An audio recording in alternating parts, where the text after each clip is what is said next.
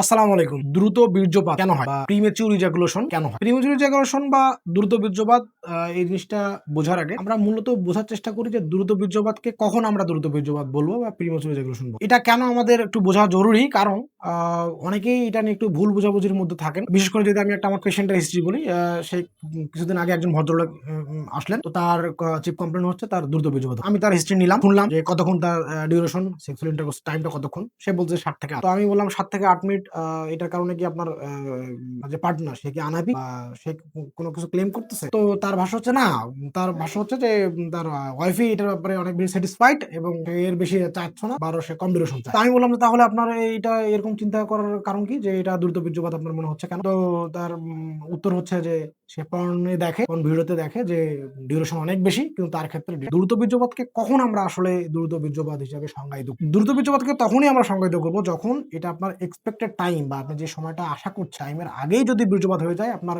নিয়ন্ত্রণের বাইরে থাকে এই বীর্যপাতটা, এবং এর কারণে আপনার পার্টনার যদি আনহ্যাপি থাকে বা সে যদি কোনো এই আনহ্যাপি থাকে, স্যাটিসফাইড না, সেটা তখন হচ্ছে দ্রুত বীর্যপাত। তার আগে এই যে আপনি অনেক কিছু দেখছেন, দেখার পর মনে করছেন যে এটা হয়তো প্রবলেম, এটা আসলে কোনো প্রবলেম না। এটা আমাদের সমাজে অনেক মানুষই ভুল বোঝে এই জিনিসটাতে, যে সে মনে করে তার মানে দ্রুত বীর্যপাত হয়ে যাচ্ছে, কিন্তু এটা আসলে দ্রুত বীর্যপাত না। এখন আসুন জানি যে কেন দ্রুত বীর্যপাত। দ্রুত বীর্যপাতের অনেকগুলো কারণ আছে, কিন্তু কিছু গুরুত্বপূর্ণ কারণ আমি বলি যেগুলোর কারণেই আসলে দ্রুত বীর্যপাতটা হয়। একটা হচ্ছে সেরোটোনিন নামে আমাদের একটা নিউরোট্রান্সমিটার রয়েছে। এটির পরিমাণ, নিউরোট্রান্সমিটার বলতে পারেন, অনেকে হরমোন হিসাবে সংজ্ঞায়িত করে, যাই বলি না কেন, এটা যদি কোনো কারণে এটার পরিমাণটা বডিতে কমে যায়, তখন হচ্ছে দ্রুত বীর্যপাত হয়ে যায়। কারণ মূলত সেরোটোনিনই হচ্ছে এই বীর্যপাতের এটা ইজাকুলেশনটা নিয়ন্ত্রণ করে। তো পরিমাণ যত ভালো থাকবে তত আপনার ডিউরেশন বাড়বে, কমে গেলে এটার পরিমাণটা কমে যাবে। তো সেরোটোনিন কিভাবে ভালো থাকবে এটা নিয়ে একটা ভিডিও পরবর্তীতে বানাবো, দেখবেন। এখন আসুন আর কি কারণ থাকে। আরেকটা কারণ হচ্ছে যে মানসিক অশান্তি, বা আপনি খুবই টেনশনের মধ্যে আছেন, বিশেষ করে পারফরমেন্স এনজাইটিটা খুবই গুরুত্বপূর্ণ। মানে গতকালকে যে পারফরমেন্স খারাপ ছিল, দ্রুত বীর্যপাত হয়ে গেছে, আগামীকালকে যখন ইন্টারকোর্সে যাবেন ঠিক ওই জিনিসটা আপনার মনে হচ্ছে এবং নিজের থেকে খুবই